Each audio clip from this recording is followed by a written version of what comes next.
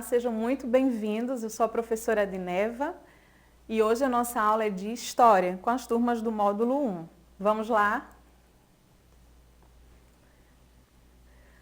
Ao longo da vida, nós passamos por várias fases estas que devem ser sempre pautadas pelo princípio de igualdade, respeitando as diversidades e as diferenças de forma a contribuir com a superação das injustiças sociais, certo? E consolidar o Estado democrático de direito. Aqui nós vemos, né, fases da vida, desde o nascimento, bebês, desde a gente nasce, criança, adolescente, adulto até a velhice. E quando a gente fala de direitos, não é? É importante a gente lembrar da nossa Constituição, que é o conjunto de leis, normas e regras que nós temos. Mas o que é um Estado democrático de direito? O Estado democrático de direito, ele se caracteriza pela soberania popular, por uma Constituição que é elaborada, como vimos anteriormente, né, a Constituição, em conformidade com a vontade do povo, por um sistema de garantia dos direitos humanos, ou seja, é um governo feito pelo povo para o povo. E quem é o sujeito de direito? Vamos lá. Toda pessoa que se reconhece protegida por uma Constituição e outras legislações específicas. Mas agora a gente precisa também saber o que são as legislações específicas. É importante ressaltar que nossa Constituição afirma a igualdade entre os cidadãos e as legislações específicas promovem a equidade, por se aplicarem a fases diferentes da vida. Nós temos, como exemplo de legislações específicas, o mais conhecido de todos, não é? O Estatuto da Criança e do Adolescente, o popularmente conhecido como ECA. Temos também o Estatuto da Juventude, o mais recente entre eles. E, por fim, o Estatuto do Idoso, que são as legislações específicas que nós vamos ver hoje.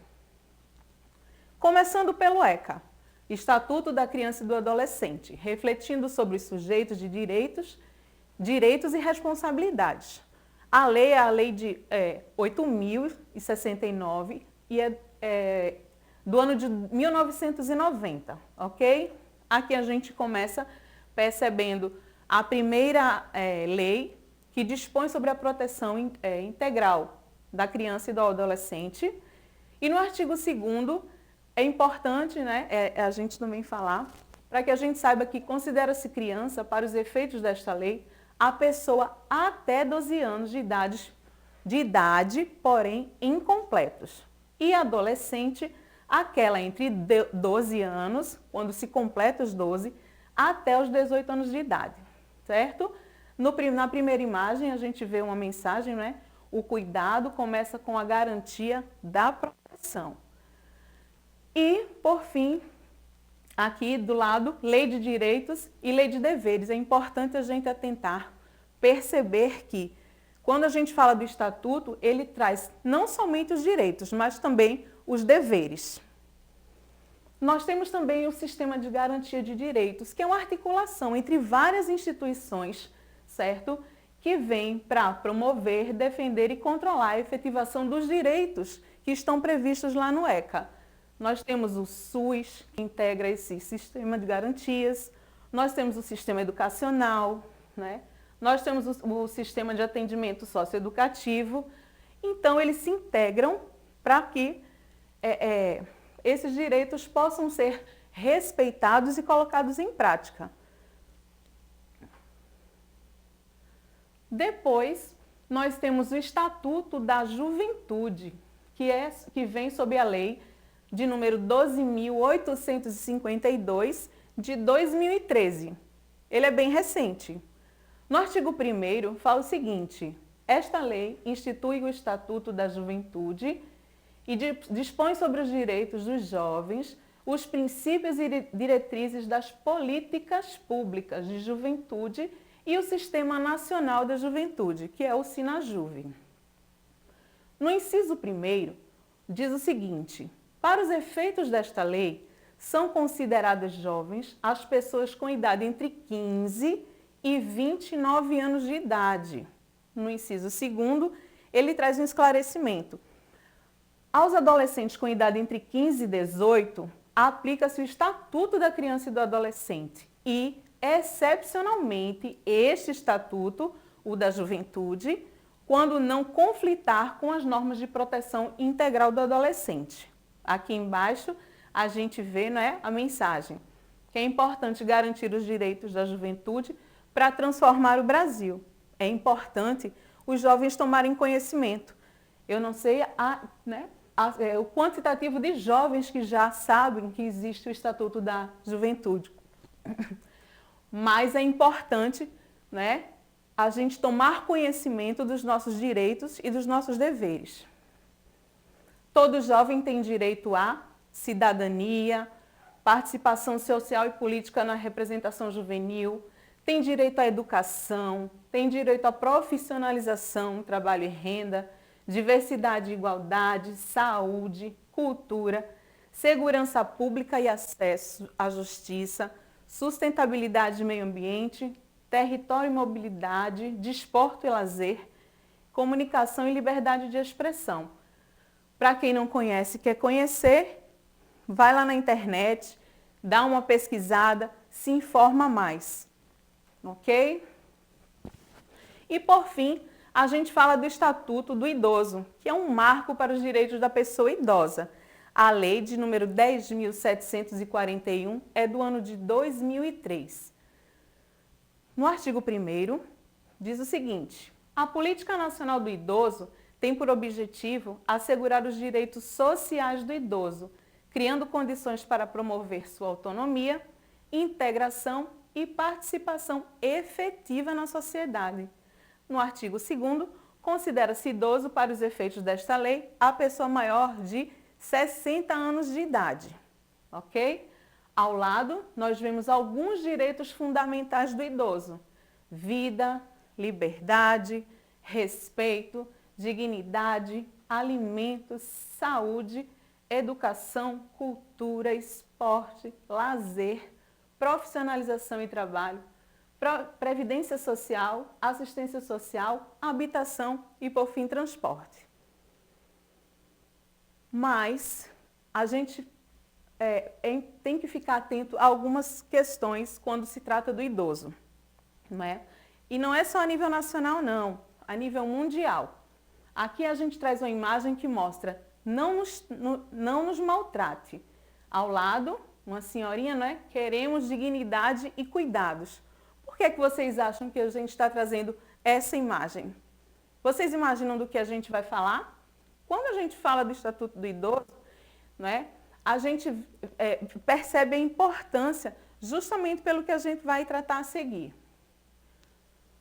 Os casos de suspeita ou confirmação de violência praticada contra os idosos serão objeto de notificação compulsória pelos serviços de saúde público e privado às autoridades sanitárias, bem como serão obrigatoriamente comunicados por eles a quaisquer dos seguintes órgãos. Então, qualquer maus tratos que os idosos possam sofrer devem ser comunicados à autoridade policial, Ministério Público, Conselho Municipal do Idoso, Conselho Estadual do Idoso e Conselho Nacional do Idoso.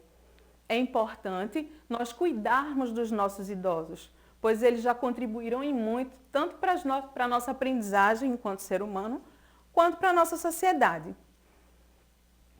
Aqui, direitos e garantias dos idosos. Nós, inicialmente, falamos do direito ao trabalho, é proibida a discriminação por idade, a idade é critério de desempate, inclusive em concursos, sendo favorecido o mais velho. Fixação de um limite máximo de idade na contratação de empregados.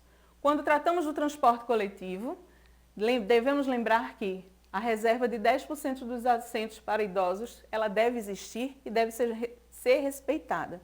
2 vagas gratuitas para idosos, com renda igual ou inferior a 2 salários mínimos, nos transportes coletivos interestaduais e 50% de desconto no valor da passagem. Por fim, a gente fala da saúde. do atendimento preferencial no Sistema Único de Saúde, da distribuição de remédios, próteses e órteses que devem ser gratuitas. Os planos de saúde não devem aumentar as suas mensalidades de acordo com a idade, E os idosos, quando internados ou em observação num hospital, numa clínica ou em UPAs, ele tem direito a um acompanhante. Então, são leis que são importantes, né, e que devem ser sempre levadas em consideração para que os idosos tenham a sua garantia de direito cumprida. Eu trago aqui uma mensagem para a gente refletir junto. Sociedade organizada com justiça social. Não basta afirmar que todas as pessoas são iguais por natureza. Para que essa afirmação tenha resultados práticos, é preciso que a sociedade seja organizada de tal modo que ninguém seja tratado como superior ou inferior desde o instante do nascimento. É preciso assegurar a todos, de maneira igual, a oportunidade de viver com sua família, de ir à escola, de ter uma boa alimentação, de receber cuidados de saúde, de escolher um trabalho digno, de ter acesso aos bens e serviços, de participar da vida pública e de gozar do respeito dos seus semelhantes. Não é? Temos o direito, mas é importante também nós querermos, não é? E a gente vem aqui com essa imagem, que fala exatamente da igualdade com respeito às diversidades e às diferenças. Na primeira imagem, nós vemos um exemplo de igualdade, ou seja, todos estão tendo o mesmo direito, estão sendo iguais diante desse obstáculo, que é ver o jogo do outro lado do muro. Só que isso aí não foi resolvido, não é? Então a gente trata, né, com as legislações específicas que a gente falou lá no início, a gente fala um pouquinho do princípio da equidade, que é justamente quando as leis elas vêm para tratar as pessoas de acordo com as suas necessidades. Então, quando a gente observa aqui o princípio da equidade, a gente vê que se tornou muito mais justo, né, a organização que fizeram aí para poderem ver o jogo do outro lado. O que ocasionou, todos tiveram acesso, direito, não é, a ver o jogo do outro lado, ok? E aí a gente vai deixar um desafio para você. Se você prestou bem atenção na aula, você não vai ter dificuldade alguma de estar respondendo. Primeiro, você vai fazer o seguinte: registre em seu caderno quais as legislações específicas que falamos na aula de hoje. Segundo, em seguida, com as suas palavras, responda: você acha que elas são importantes e por quê? Então, nós ficamos por aqui, espero que tenham gostado e até a próxima aula.